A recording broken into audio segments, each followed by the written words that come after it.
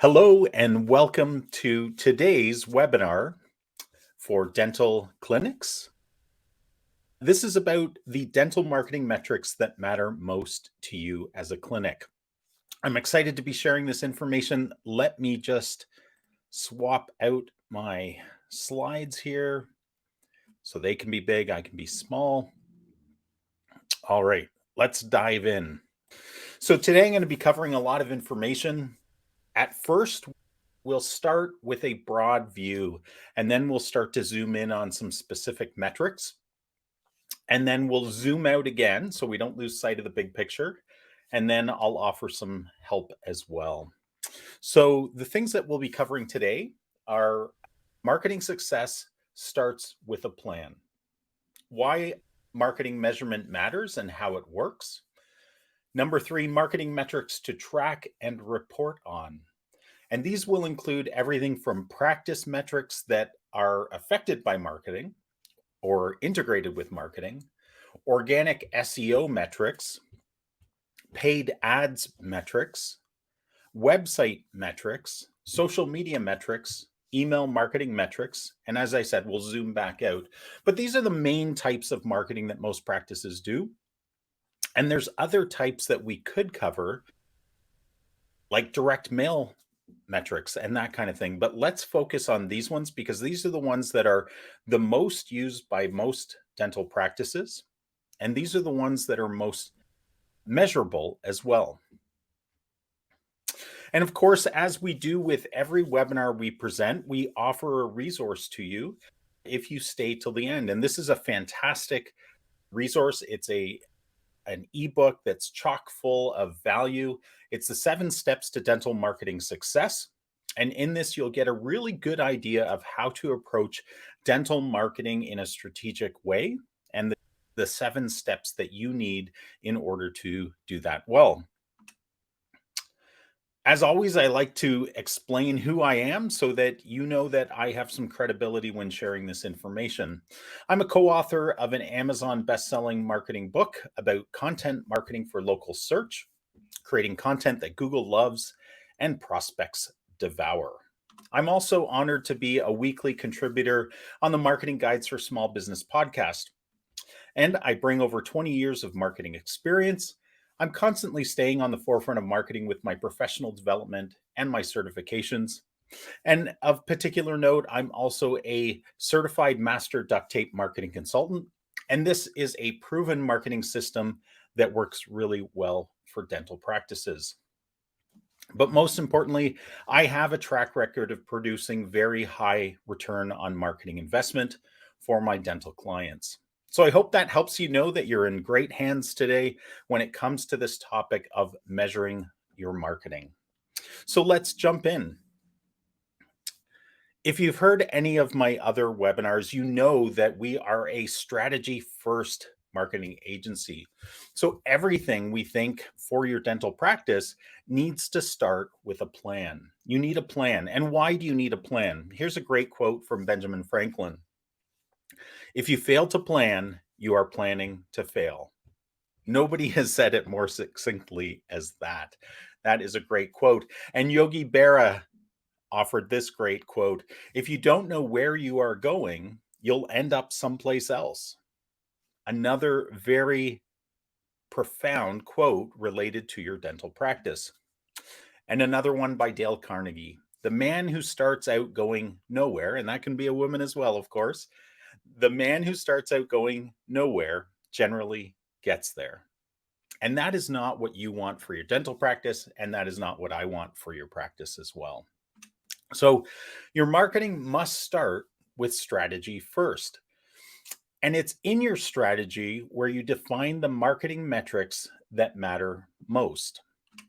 Then your marketing tactics and your strategies that surround your plan, they feed back into your marketing plan. We'll cover this a little bit more in detail later on, but why marketing measurement matters. So here's a great quote from Galileo. That's going back a long way. He must have been a marketing guru as well as a scientist, but measure what is measurable and make measurable what is not. I thought that was a great quote. And of course, you can't do a presentation on measurement without quoting Peter Drucker. He is well known for his measurement, his processes. So he said, if you can't measure it, you can't improve it. And of course, when you're making any kind of investment in marketing, you want to make sure that you're investing those dollars to the maximum and that you're getting the maximum return on investment from them. And the only way to do that is to measure them and to do consistent improvement. So here's another way to look at it. Where are you today? You know where your practice is at. You also have very specific goals for your practice. And if you don't, and I would be surprised if you don't, you absolutely should. You need to know where you want to get your practice. Your goals usually fall into profitability, increasing your market valuation.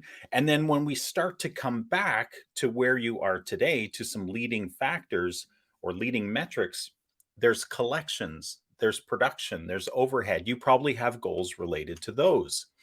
And then when we pull it back even more, you probably have goals related to average production of new patients and average production of current patients. And then when we pull it back more, you probably have goals related to how many new patients you want per month, what your case acceptance ratio will be, how many reactivations, and the retention of your current patients. And then if we pull it back even more, you have your marketing activities that lead into all of these. So this is a really helpful diagram just to remember that where you are today, your marketing activities can help you reach your goals and reach all of these leading goals along the way. Another way to look at it, and this is specifically relevant to marketing, at a high level, you have a funnel. At the top of the funnel, you have various marketing activities that you can do to attract and retain patients. And at the bottom of the funnel, you have your practice goals that we talked about on the other slide. You have your revenue, your profit, your valuation. Then you have all of the leading metrics that will tell you if your marketing activities, your SEO, your social media, your email marketing, your referral program, your ads on Google, on Facebook, on Instagram, on TikTok, wherever they may be, your website, your content marketing, your direct mail, your reviews, all of these activities, strategies, and tactics, they have specific metrics that will help you know and measure whether you're performing well and ultimately lead to the more profound metrics for your practice. So at the very top of the funnel, you have your activities. Then you have things like views, the number of views you get on your ads, on your social media posts. You have impressions. These are the number of views basically within Google Ads, and you have exposure. Then the next, as you start to draw people into your funnel, you have things like clicks. So do they click on your ad? Do they click on your social media post? What's the click-through rate? So what's the cost per click? That's what CPC is. What's the CPA, the cost per action? On the SEO side, what is your keyword ranking? How are you performing against your competitors? All of these metrics are really important. Next, you have things like page visits. So you do this activity, you get the views, the impressions, the exposure. People click, they go to your website or your landing page, they do some downloads. They're on your property, but then you need them to take action. You need them to call you. You need them to complete a form or to book an appointment. And that ultimately converts a lead into a patient, which affects your profit, your revenue, and your valuation. And ultimately, that is what is your return on investment for your marketing dollars. Now, one last diagram before we start to get into the metrics themselves. This is really helpful just to understand that there's a cycle to marketing measurement. So you start with your marketing plan. You create a marketing plan. You define what your marketing success metrics are going to be. Usually those marketing success metrics are calls, form completions, new patients, and revenue. Those are the cream of the crop, right? But then once you have your marketing success metrics and you have that top layer, then the ones specific to the marketing strategies you're employing, you need to make sure that you're tracking the marketing activity. It needs to be measured. And usually that involves setting up a whole bunch of different platforms in order to track the journey of your visitors or viewers to visitors to those who take action. So you need to make sure you have continuity of tracking.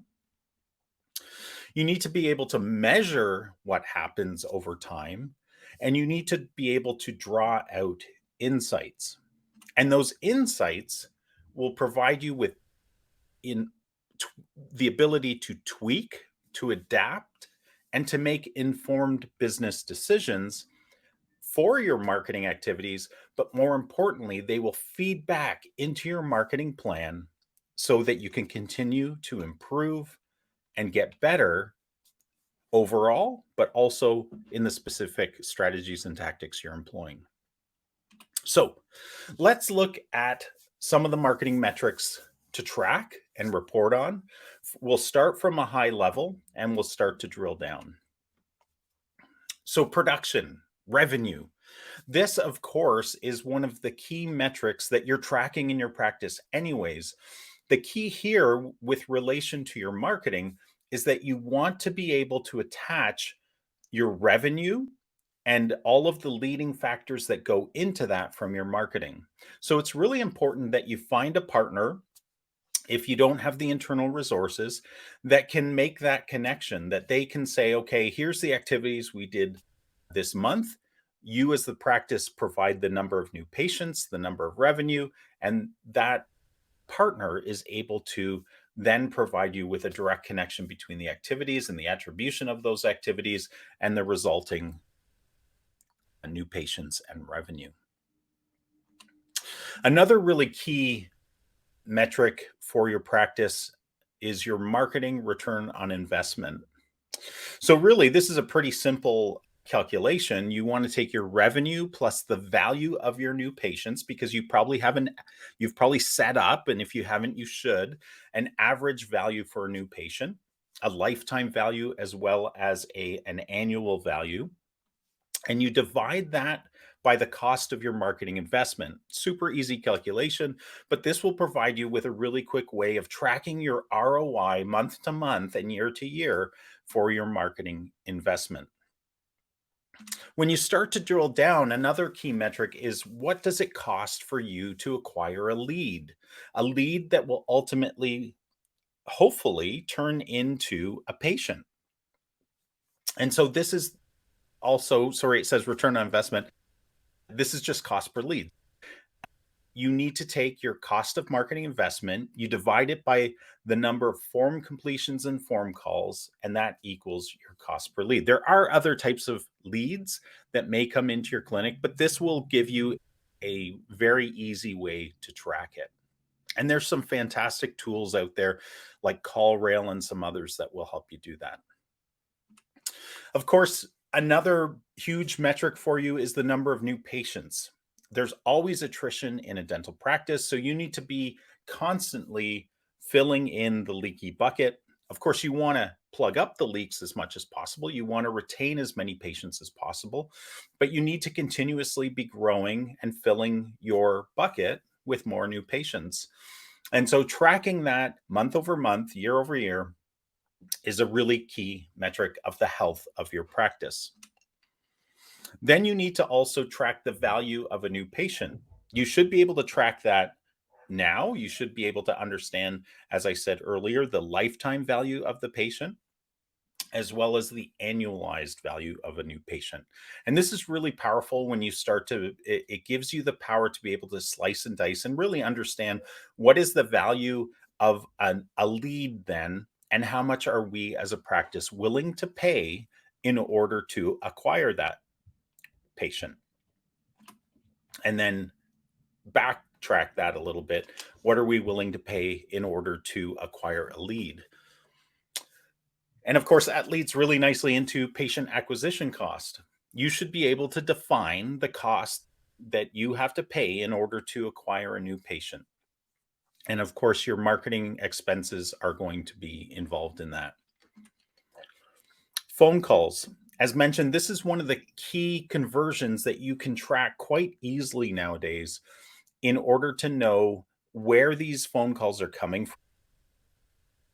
Basically, you set up a pool of numbers through a call tracking system that will actually present a different phone number for whatever source the person is coming from. So if they're coming from Google Ads, it will actually present them with a different phone number that they all go to you. And this is totally seamless to you, the practice, and seamless to the user.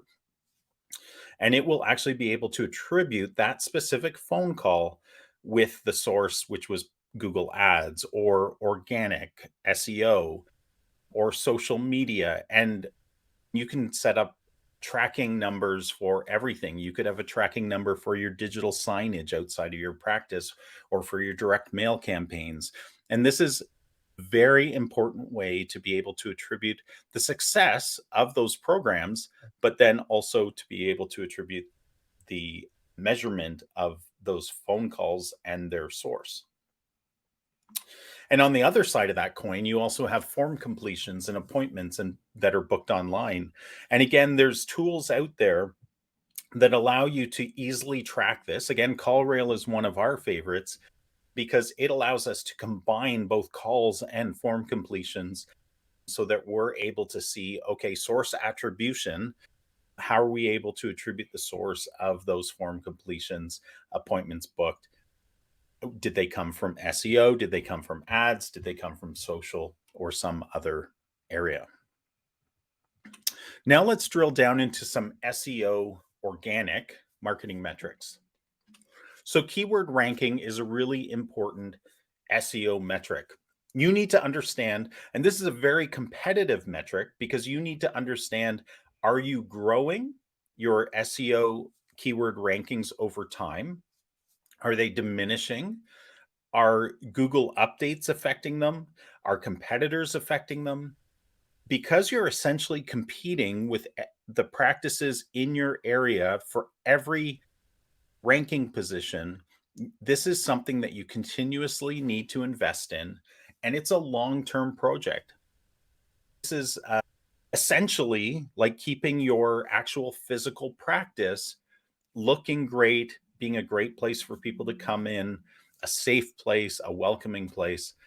And this is true online as well. If you want to have the visibility, you're going to have to continue to focus on that. And keyword ranking is a very important one.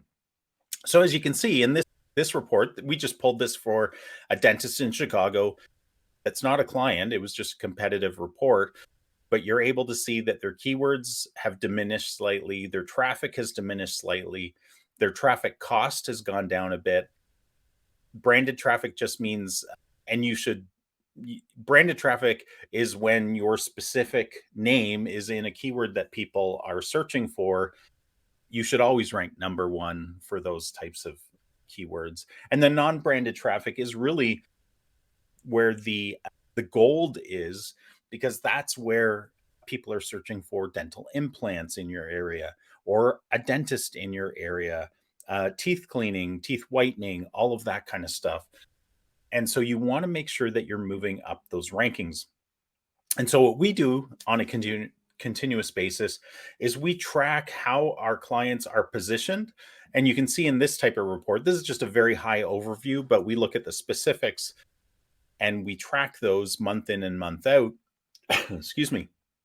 But you can see we're looking at the top 3 positions because that gets about 60% of all clicks on a search engine result page. So if you as a business, as a dental practice, can be in the top 3 positions for keywords that matter, and I stress that because a lot of SEO companies will offer you, hey, we'll get you on page 1 of Google, and that is a very compelling sounding sales pitch.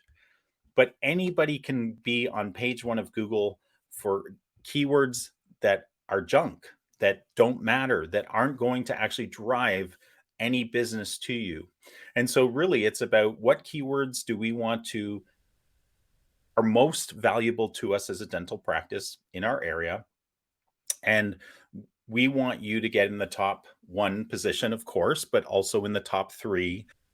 And then as you can see, it goes down from there. So, 1 to 10 are on page one, and those get the lion's share of all clicks, but the top three positions, as I said, get 60% of them.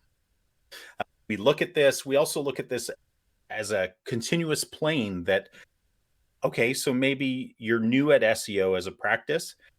We have to break into the 100 position first, and then we have to move you slowly through this by creating great content that outpaces your competition.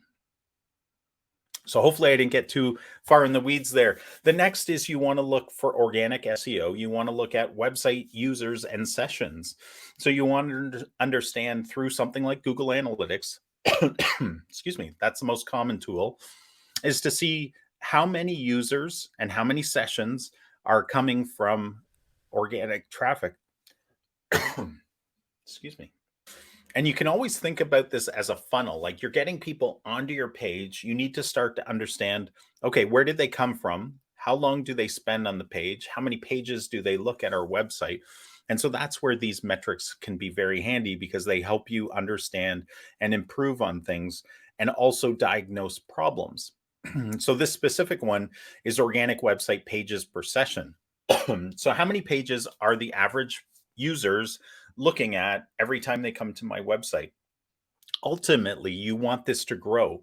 The reason you want this to grow is because it matters to Google. And if it matters to Google, it should matter to you because you will rank lower if you don't pay attention to this type of metric. On the same side of things, there's also session duration. So when somebody comes to your website, you and Google should care about, and Google does care about this, so you should care about how long people are staying on your website. Of course, if somebody's a patient and they just want to book an appointment and they want to do it online rather than phoning you, right? They might come to your website, they might click on the book an appointment, and they might be gone very quickly. So it's not always indicative of the health of your website, but it can uncover a host of problems when you look at this type of data. The next one is bounce rate. And this one is super important because what it means is, so say your number of sessions or viewers or visitors is growing month over month, but say your bounce rate is growing month over month as well. Say it's increasing dramatically. So maybe you've invested in Google Ads with somebody and they've been able to drive a lot of traffic to your website. But if your bounce rate has skyrocketed, your bounce rate actually says, okay, somebody comes to the page and they immediately leave, like right away, within a second, within 2 seconds, they're not staying on the website. That's super powerful information because that will help you diagnose, okay, so this person I'm paying to do these ads isn't doing a very effective job, or the page they're sending to people to isn't relevant to the search that they're doing. So again, all of these metrics are helpful in diagnosing problems and fixing them. And of course, conversions are super important. In something like Google Analytics, conversions are called goals. I don't know why they can't get their vernacular consistent across all their platforms, but they're called goals. And so these are really important because they give you a snapshot of, again, it's kind of like a funnel. You get the visitors, you get to see how long they're on your site, how many pages they've looked at, if they've bounced, and then have they completed a goal. And you as the business or your marketing person or marketing partner would set up a goal. And usually the goals that we set up for clients are things like they click to make a call on the phone link, they completed a form fill, they booked an appointment, those kinds of things, because those are the most important conversions for your practice. And then you might have secondary conversions like they downloaded a booklet or an ebook or a checklist, because those things would help get people into your funnel. So they're valuable, but not as valuable as the big conversions. All right, now let's look at paid ads marketing metrics. So cost per conversion.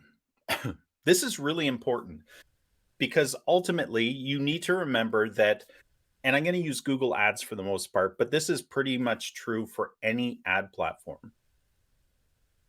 For most ad platforms, you're either paying for impression or you're paying for conversion, for clicks. Sorry, not conversion, but for clicks. You present an ad, so you're paying to have an ad on a platform like Google Ads.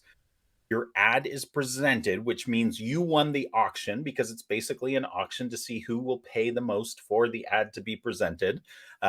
And so Google's pretty fair about this because they want to make sure that all the advertisers stay on, but it's to Google's benefit that the cost per click goes up. But the cost per conversion is ultimately the cost that you would pay in order to have somebody click on your ad and then actually take the action, which is a conversion action that you have to define, or your marketing partner would have to define within Google Ads to say this is a conversion. So it's a form fill, it's a phone call, whatever it's going to be. And so then you can see very clearly what the cost per conversion is. And in the Google Ads area, this is called a CPA, which is a cost per action. Again, they change the verbiage all the time. Click-through rate. This is another really important metric in paid ads because over time, things fluctuate. There's a lot of different variables going on in ad campaigns. You not only have the competitive pressures of that auction I was talking about, but you also have fluctuations in seasonality of people searching.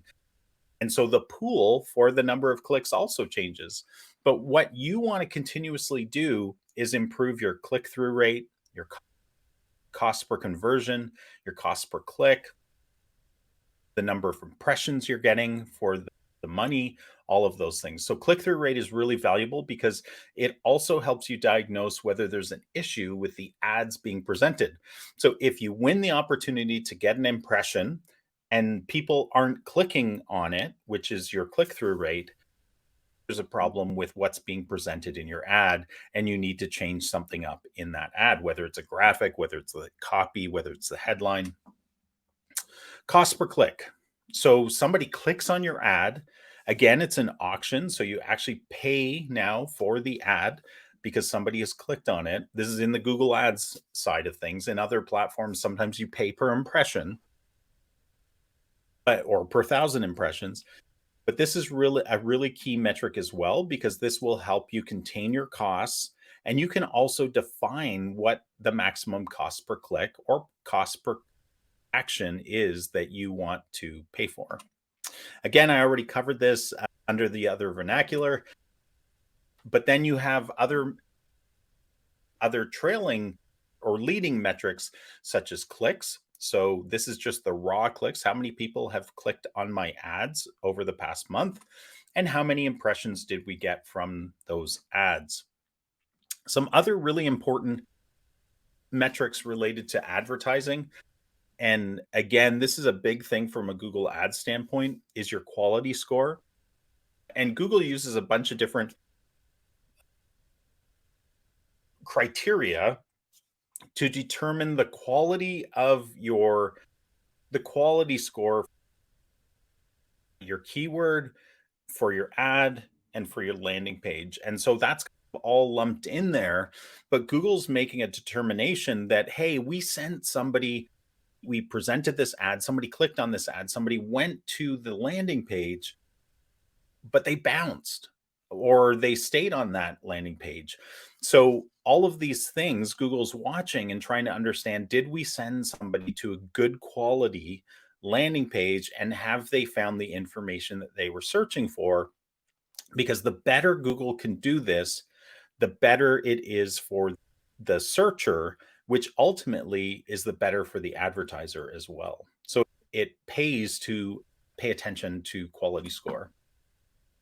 Another way to look at quality score, it's a little bit different of how Google looks at this, but landing page experience. And this is really zoning in on what happens when somebody gets to your landing page and what kind of experience are they having. And so Google will provide metrics related to this. So all of those paid ads metrics are really vital in understanding, are we first of all, where are we today? And then over time, are we improving, or are we not improving? And it also helps you understand the return on investment for your paid ads and whether it's still a great place to put your money. All right, let's move on to website marketing metrics. You'll see some overlap with some of the other things we've talked about, because some of the tools that you use to track organic or SEO are the same tools you use for your website, obviously. Some key things, again, we use a bunch of tools, but Google Analytics is free, it's readily available, it's very powerful. And so a lot of the reports we pull are out of Google Analytics or come from Google Analytics originally, and then we slice and dice them up in different ways to understand and gain insights. But conversions is where we want the website visitor to get to, those goals. You can, with Google Analytics, you can always make the parallel that conversions equals goals. It's just, again, different terminology that they use. So this is what we ultimately want a website visitor to get to. We want them to reach a goal, conversion. So we need to be tracking those and measuring month over month how our website is performing. The next metric, if we take it back, is pages visited. So we already talked about this specifically for organic, but now we're zooming out and we can actually slice and dice this for any source of traffic that comes to our Google Analytics is really great at allowing you to see this is a paid source, this is a organic source, this is from social media, this is from Google My Business or Google Business Profiles now. This is a referral. So another website referred this visitor to us. And those are very powerful as well. Or direct. So somebody actually typed in your domain name directly. So it allows you to slice and dice that. And you'll see lots of different context because of the source that they're coming from. Duration on your website, I talked about this already, so I won't go into it in great detail. But again, this is a really valuable metric for you to understand as a whole. When people are coming to your website, are they spending increasing amounts of time with you, or is that decreasing over time? I talked about bounce rate previously, but this is a really important metric to watch, especially when you start to slice and dice your traffic by the different sources, because this will allow you to see very clearly, oh, organic outperforms paid by a dramatic amount, or referral traffic outperforms organic traffic by quite an. You'll be able to see that there's high bounce rates from particular sources and low bounce rates from others, and it allows you to focus more and more effort on the ones that need more help. Social media. Of course, social media is super popular. It's a great way to engage and connect with your patients. It's a great way to engage and connect with your community, and it's a great way to engage and connect with potential prospective patients. And so some key metrics that you can look at in social media, again, we could go as deep as we wanted to in any of these platforms, but I'm trying to give you the most high level reporting so that you can understand, okay, here's the things that we should be looking at in these specific areas. Social media, you should absolutely understand what your audience size is and whether it's growing over time or whether it's diminishing. So here you can see this is a report for a dentist. You can see what their size is. This specific report is looking at Facebook, Twitter, Instagram, LinkedIn, and Pinterest. So you can actually see how the audience size is broken down visually, what their current audience size is, what the change was month over month or quarter over quarter or year over year, because you can run these reports that way, what the growth rate was, and you can look at that for the competition. So we've had clients where we've been absolutely dominating an area, dominating the competition, and then we've seen immediately on the next month's report that, wow, their Instagram size for one of the competitors ballooned by 2,000 or 3,000. And we know that they are doing some sort of follower campaign They're probably doing a paid campaign of some sort. And it's not always cause for concern. It's always cause for investigation. And that's what metrics help you do. But it's not always cause for concern because oftentimes when people pay for stuff like that, they're actually attracting the wrong type of people. And so it's helpful to be able to slice and dice the information that way. So from a social media standpoint, audience size is first of all a really high level metric that you should know. Are we gaining? Are we losing? And are we gaining and losing over our key competition in our area? The next metric is activity. And this is how many times have we and our competition posted on a monthly basis? And this report is actually by quarter, I think, or by 6-month period. So that's why it's so high. You probably shouldn't be posting 1,511 posts per month, but that's over a year or half a year or something. So you can see how this particular client outpaced everybody else as far as the number of posts that they did, the activity that they were doing. But you can see that it dropped from the prior period. You can also see that some of the competition has been growing in what they've been doing. So it gives you a really good bird's eye view of, hey, we're doing well, we're outperforming everybody else, but wow, there's a few competitors that are starting to get their act together. Like this one in particular, you can see, okay, they upped their game a bit. They still have a long way to go to catch us, but we need to continue to pay attention to that. The next report for social media is social media engagement. Again, this is a super powerful metric because at first we looked at our audience size, then we looked at our activity, how often and much we're posting, and now we're looking at how engaged are our followers. Because we've seen in some businesses where they do a lot of activity, they have a large audience size, but their engagement is super low. And so this is a really helpful way to, in a snapshot, see how engaged people are. Is engagement growing over time and by how much? And are we outpacing the competition? And so, as you can see, this is a really great report for this number one company. But you can also see that just in a quick visualization that, okay, so they're posting to Facebook, Twitter, and Instagram. They get almost or very little Twitter engagement, and most of their engagement is about equal between Facebook and Instagram. And you can see how it breaks down with other people. All right. Social media. Just finishing off that thought. So the key here is to pay attention to the biggest metrics. Again, in social media, the engagement, the activity, and the audience are really important. There are lots more metrics that you can look at, but these are the high level ones that at the very least you should be getting monthly reporting on. Email marketing.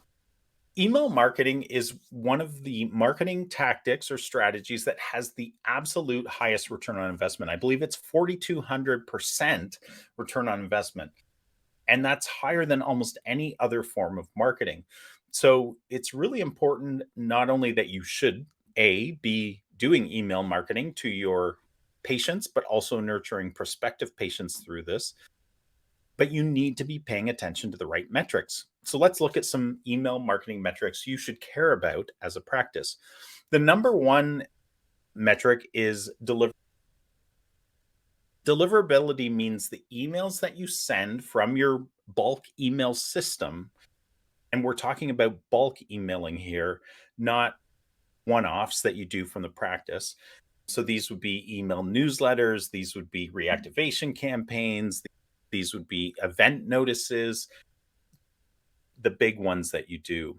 And so, deliverability is actually a metric that tells you, hey, we sent out 4,500 emails, only 3,600 were actually delivered. And so this is a metric that you track month over month, and it allows you to understand what's happening because you may actually have a spam issue with your domain name, meaning your domain might have been flagged as spam from some people. Maybe it was some past patients that weren't happy with you and didn't want to get your email. And instead of unsubscribing, they they reported you as spam. So stuff like that can happen, but keeping your domain clean and hygienic is really important. And so deliverability is the metric that you would look at. And of course, you can reach out to email marketing specialist, you can reach out to your marketing agency. You can also reach out to the actual platform that you send emails from in order to understand what's affecting our deliverability and how can we improve it. One of the things that actually does affect deliverability is bounces. And so there's things called soft bounces and hard bounces. Let me explain those real quick. But a bounce essentially means an email tried to be delivered to somebody and it bounced back. It couldn't be delivered. And so the two forms of bounces that happen are soft bounces and hard bounces. A hard bounce means that that email that you were trying to deliver to probably doesn't exist anymore. It's been shut down, whatever it is. You have an old email on your list. This is not good. You need to make sure that you're cleaning your list constantly. I'll talk about that in a second. And a soft bounce could just be a technical issue. Like say Gmail, say Hotmail, say 365, say there was a problem with their server for a split second when that email was trying to be sent to. Your email server tried to send it out. It got this soft bounce report saying, hey, we tried to deliver it. It couldn't be sent for some reason. We'll try again. It will try again a couple of times. And if it doesn't get delivered again, it will become a hard bounce. It will be classified as a hard bounce. But if it does get delivered after that first try, then it will come back as a soft bounce. And it's just something to pay attention to, whether there's growing issues or not with your email list. One of the things, the pieces of advice I always give practices is you need to be paying attention to the hygiene of your email list. And this is true for mobile phone lists as well now, because texting is becoming a more and more important part of your marketing strategy and marketing plan. And so you need to be continuously asking patients as they come in, confirming what their email address is, what their mobile phone number is, and of course, what their address is. So make sure you're doing that and make sure you're updating your marketing partners with that new information. Another email marketing metric is open rate. So when we send an email, it gets delivered, it didn't bounce back. Email inbox actually got our email, fantastic. But did they open the email and actually look at it? Again, this is super important. One of the things this tells you is whether your subject lines are powerful enough. If you have weak subject lines, and then you will probably have weak open rates. And so again, this is another metric you can look at on an ongoing basis to make sure that things are improving over time and not falling apart. And email marketing metric, click rate. So your email got delivered, it didn't bounce. It's in their inbox. They opened it, fantastic. They're looking at your email, but did they click on any of the links within there? And of course, you should always have a call to action in your emails. And so this again is another metric in order to help you understand, is our marketing through email effective or not? And is it getting better in time? So that's email marketing. So just to circle back, I just wanted to reiterate that all of these metrics that I've shared today are leading metrics, but very important ones that will help you get to the profitability of your practice. Again, it all starts with the strategy that you're going to create and the tactics that you're going to employ in order to drive you to your revenue, profit, and valuation, and ultimately tell you what your return on investment is for your marketing. And then you want to make sure that you have a marketing measurement cycle in place that allows you to track everything, to understand and measure and get insights from it, but then also to tweak and adapt your plan and make smart, informed business decisions. And again, it all starts with strategy first. You need to have a strategic marketing plan in order to make all of this work. And your metrics will feed that plan over time and make you a continuously more successful and sustainable dental practice. So we covered a lot today, and hopefully you've come away with some key nuggets of insight or some information that you didn't know about before. But also, oftentimes when we get into the weeds of details like this, dentists start to glaze over, and they what they really want is a partner in order to help them understand and get the most out of this. And that's where Dental Marketing Heroes comes in. We're a strategy first dental marketing agency. We provide reports like what you see on the screen here, which is really, we call them our marketing insights reports. And it's actually a video walkthrough every single month of what's been done, what's happened, what the results are, and what our recommendations are. And so we walk you through the details, but we try to keep it succinct, and we try to give you insightful information to help you make smart business decisions. And we've gotten feedback from our clients over the years that this video method works the best. It means you don't have to be in a meeting. It also means that you don't have PDF reports, 30-page PDF reports that you really don't understand. So our Dental Marketing Heroes team is here to help you. We've become well known for our expertise in the advertising world. We are extremely diligent and rigorous in our metrics tracking and measurements and the insights we provide. So all of that to say that I can help you. Team would love to help you. We would like to help you get to the next level. We actually find that when we implement our comprehensive integrated marketing systems into a practice, we consistently achieve much greater than 5 times return on investment. And usually we see far more than this. So if you're interested in learning more, please schedule a free marketing consultation with me, Ian Cantle. And as I mentioned at the beginning of this webinar, I want to share a resource that I felt was fitting, especially at this time of year when you're looking at metrics and you want to develop a marketing plan for the year ahead. This is a fantastic ebook that I mentioned at the beginning. Simply scan the QR code and you'll be able to download that right away. And lastly, I wanted to say thank you for joining us today and for taking time out of your busy schedule. I know you're busy, but it's important to educate yourself on this important topic. Let me also invite you to join us for the next webinar in this series that will cover the important topic of your 2023 Internet Marketing Plan for Dentists. This will be a fantastic webinar. We are presenting it on January the 6th at 12 p.m. Eastern Time. I hope to see you there. And in the meantime, keep calm and market on. Thanks and have a great day.